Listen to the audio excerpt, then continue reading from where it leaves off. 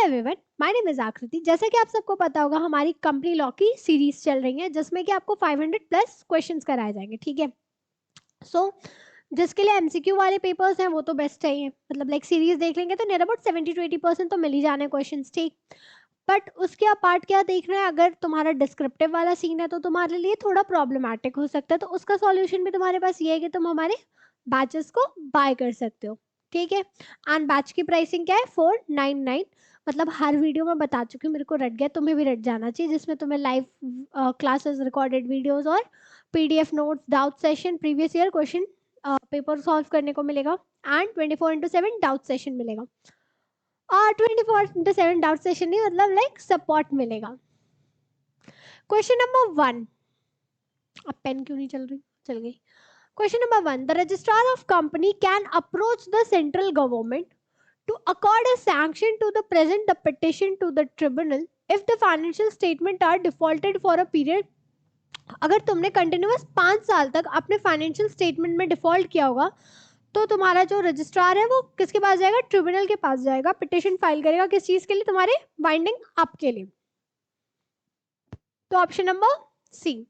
कितने इयर्स तक तुमने डिफॉल्ट किया था, 5 इयर्स तक।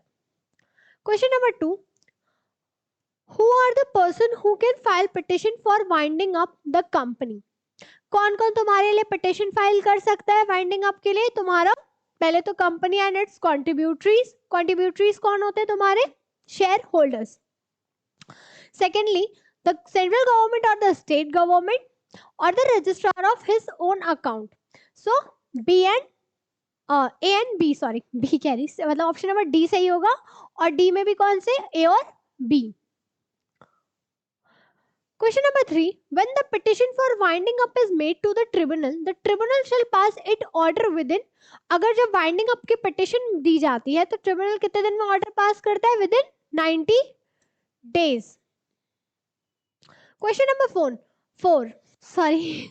When the petition for winding up has been filed before the tribunal, in how many days should the tribunal file its company shall file its objection and statement of affair by an order to tribunal।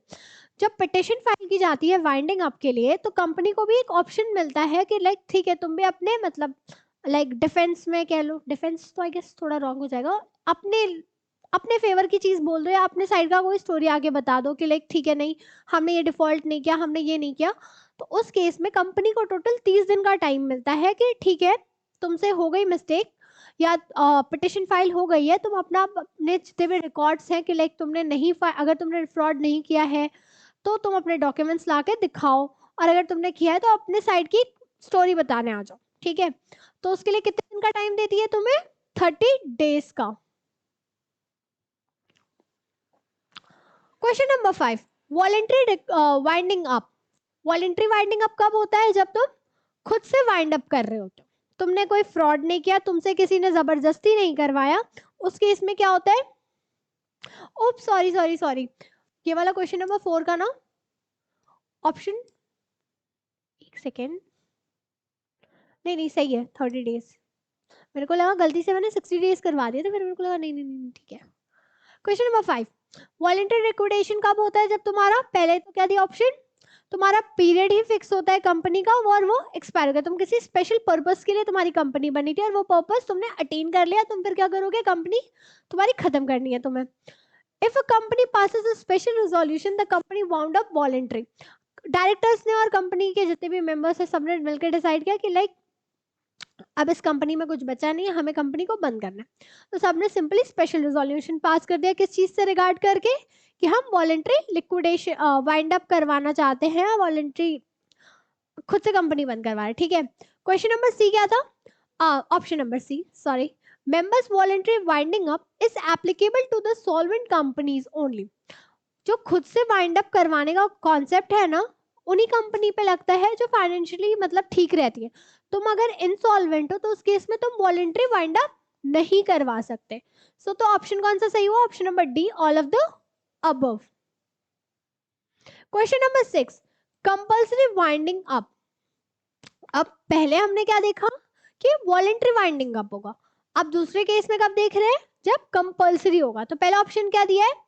If a company unable to pay its debt if the number of members of company reduce below the statutory limit, if the company does not commence its business within 1 year of its incorporation. अगर तुमने इनमें से कोई भी situation follow up नहीं की तो तुम्हारा अपने आप वाइंड अप हो जाएगा, यानी तुम पे कंपल्सरी वाइंडिंग अप की सिचुएशन लग जाएगी, यानी all of the above. Question number 7. The first item in order of payment to be made by the liquidator is, एक वाटरफॉल अरेंजमेंट करके चीज होती है, तुमने वाइंडिंग अप अगर पढ़ा होगा तो उसमें लाइक सीक्वेंस दिया है कि अगर जब कंपनी वाइंड अप होगी तो पहले किनकी पेमेंट करेंगे. सबसे पहली पेमेंट हम किस चीज की करते हैं? लिक्विडेशन एक्सपेंसेस की. Option number C. Question number 8. A contributory is, contributory कौन होता है? वाइंडिंग अप के टाइम पे शेयर होल्डर्स को एक टाइटल मिलता है कॉन्ट्रीब्यूटरी का. So option number B. Question number 9. A past member is not liable to contribute. Past जो मेंबर्स रहे होते हैं वो किस चीज के लिए लायबल होते हैं कंट्रीब्यूट नहीं करने के लिए? In respect of any liability contracted after he ceased to be the member of the company in 1 year since he ceases to the member, and in case of company limited by share no liability arises if the shares are fully paid up. जो पहले हमारे members रहे होंगे उनके ऊपर कभी भी liability नहीं आएगी अगर वो इन सारे सिचुएशन से बिलोंग कर रहे होते तो. All of the above. Which of the following are the mode of winding up? Winding up हम दोनों तरह से कर सकते हैं, वॉलंटरी भी और कंपल्सरी बेसिस पे भी. So C both A and B. Question number 11. Which of the following are ground for compulsory winding up? Compulsory winding up के क्या क्या ग्राउंड हो सकते हो, मतलब ग्राउंड हो सकते हैं? Default in filing the profit and loss account and the balance sheet और annual return, inability to the pay debts and fraudulent affairs. अगर तुमने कोई भी मतलब लाइक रिटर्न्स फाइल नहीं किया टाइम पे, तुमने बैलेंस शीट अपनी नहीं रिप्रेजेंट की है, तुमने पीएल अकाउंट नहीं सही से बनाया है, तुम अपने डेट्स नहीं पे कर पा रहे हो, या फिर तुम कुछ फ्रॉडलेंट एक्टिविटी कर रहे हो, तो इन सारे केसेस में क्या होगा तुम्हारा? कंपल्सरी वाइंडिंग अप, यानी option number D. Which of the following are considered to just an equitable ground for winding up in a company? इनमें से कौन सी चीजें एक इक्विटेबल ग्राउंड मानी जाएंगी किस चीज के लिए? वाइंडिंग अप के लिए तुम्हारे डेडलॉक इन अ मैनेजमेंट है, ऑपरेशन इन अ माइनॉरिटी ये भी है, एंड क्वासी पार्टनरशिप ये भी है, यानी ऑल ऑफ द अबव. कहां गया क्वेश्चन? हाँ ये रहा. Question number 13. Which of the following can not file petition for winding up? अब इनमें से कौन लोग वाइंडिंग अप के लिए पिटिशन नहीं फाइल कर सकते हैं? सॉरी द कंपनी खुद से फाइल तो कर ही सकती है, कॉन्ट्रीब्यूटरी शेयर होल्डर्स भी कर सकते हैं, रजिस्ट्रार नहीं कर सकते हैं, the promoter of the company. Sorry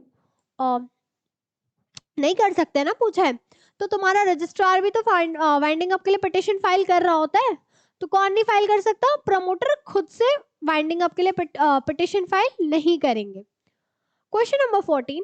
which of the following can file petition for winding up? इनमें से अब कौन है जो वाइंडिंग अप के लिए पिटिशन फाइल कर सकते हैं? तो तुम्हारी सेंट्रल गवर्नमेंट कर सकती है, ठीक है, by person authorised by the central government. जो सेंट्रल गवर्नमेंट किसी को ऑथराइज कर रही है तो वो भी तुम्हारे लिए पिटिशन फाइल कर सकता है, कंपनी खुद कर सकती है, और क्रेडिटर और प्रोस्पेक्टिव क्रेडिटर्स, यानी all of the above. Question number 15. Official liquidators are appointed from a panel of. जो तुम्हारे लिक्विडेटर होते हैं ये कौन होते हैं?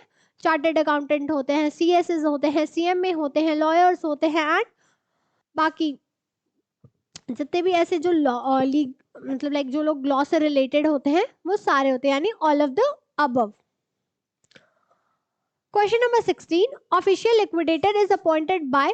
तुम्हारा ऑफिशियल लिक्विडेटर कौन अपॉइंट करता है? तुम्हारी ट्रिब्यूनल. ट्रिब्यूनल कौन सी?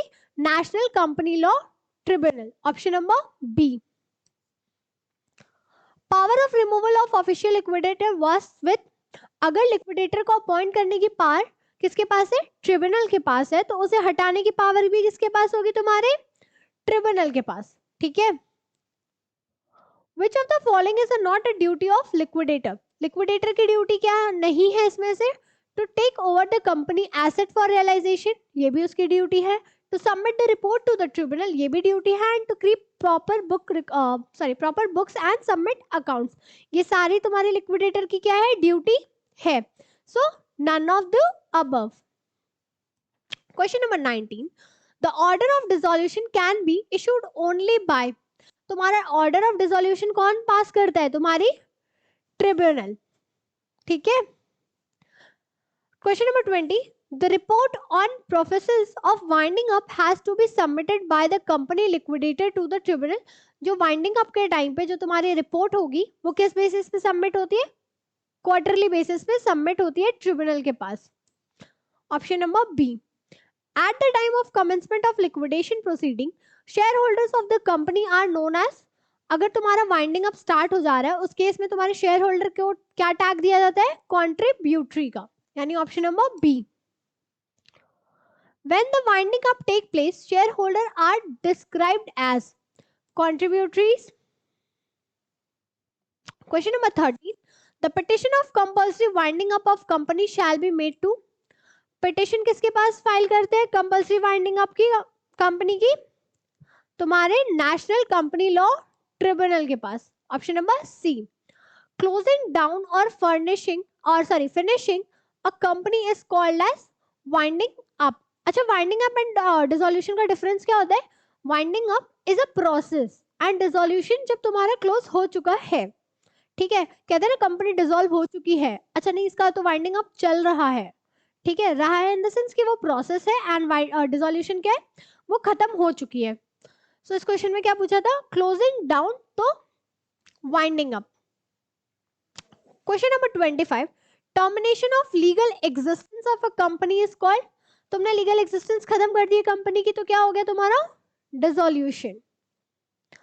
Question number 26, if the following person can not present a petition for winding up a company under the companies act, कौन से फॉलोइंग पर्सन्स हैं जो पिटिशन फाइल नहीं कर सकते वाइंडिंग अप के लिए, तुम्हारा क्रेडिटर कर सकता है, कॉन्ट्रीब्यूटरीज तो करेंगे ही, वर्कर एंड रजिस्ट्रार भी करेगा, तो option number C. Question number 27. The compulsory winding up is deemed to commence at the time of the, compulsory winding up कब मतलब मान लिया जाता है कि commence हो चुकी है जब presentation of the petition and passing of winding up resolution by the company and issuing of order by the high court when the presentation of petition. but अगर यही voluntary वाला होता तो ऑप्शन नंबर बी सही होता. To whom the tribunal communicates its order for compulsory winding up of the company. Tribunal किससे communicate करता है वाइंडिंग अप के लिए, तुम्हारे ऑफिशियल लिक्विडेटर से, यानी option number C. Question number 29, who conduct the winding up proceedings of a company, कौन तुम्हारी वाइंडिंग अप प्रोसीडिंग कंडक्ट कर रहा होता है, तुम्हारा liquidator. Question number 13, who has to notify the tribunals winding up order in the official gazette. जब तुम्हारा winding up चल रहा होगा तो ये सारी नोटिफिकेशन ऑफिशियल गैजेट में कौन अपलोड कर रहा होता है, तुम्हारा registrar. Option number A. Question number 31, who can present a petition for compulsory winding up of a company. Petition कौन फाइल कर रहा होता है कंपल्सरी वाइंडिंग अप की, एक तो कंपनी, दूसरा रजिस्ट्रार, तीसरी कौन होती है, सेंट्रल गवर्नमेंट, यानी all of these. Question number 32, in which of the following circumstances company में be wound up by the tribunal, यानी कि कौन से केसेस में तुम्हारी कंपनी किसके थ्रू वाइंड अप हो रही है, तुम्हारे ट्रिब्यूनल के. पहला ऑप्शन क्या है, it is defaulted in holding the statutory meeting. ठीक है, इसने डिफॉल्ट किया है किसमें, स्टैट्यूटरी मीटिंग को होल्ड करने में. ठीक है, if the company suspended its business for a whole year, business company ने क्या किया, साल भर से काम ही नहीं किया अपना. तीसरा क्या है, if the company is unable to pay its debt, company क्या है अपने डेट्स को ही पे नहीं कर पा रही है, तो इन सारी सिचुएशन में क्या होगा, तुम्हारा वाउंड अप होगा, और वो भी कौन करेगा, तुम्हारा ट्रिब्यूनल, यानी all of these. Question number 33, in case of compulsory winding up, the official liquidator is appointed by, compulsory liquidation के केस में official liquidator कौन अपॉइंट करता है, तुम्हारी tribunal. Question number 34, in the case of voluntary liquid winding up, who has to call the final general meeting of the company? जो last general meeting होगी वो company की कौन कॉल करता है? तुम्हारा liquidator. So option number C. That's it for the series. Thank you so much.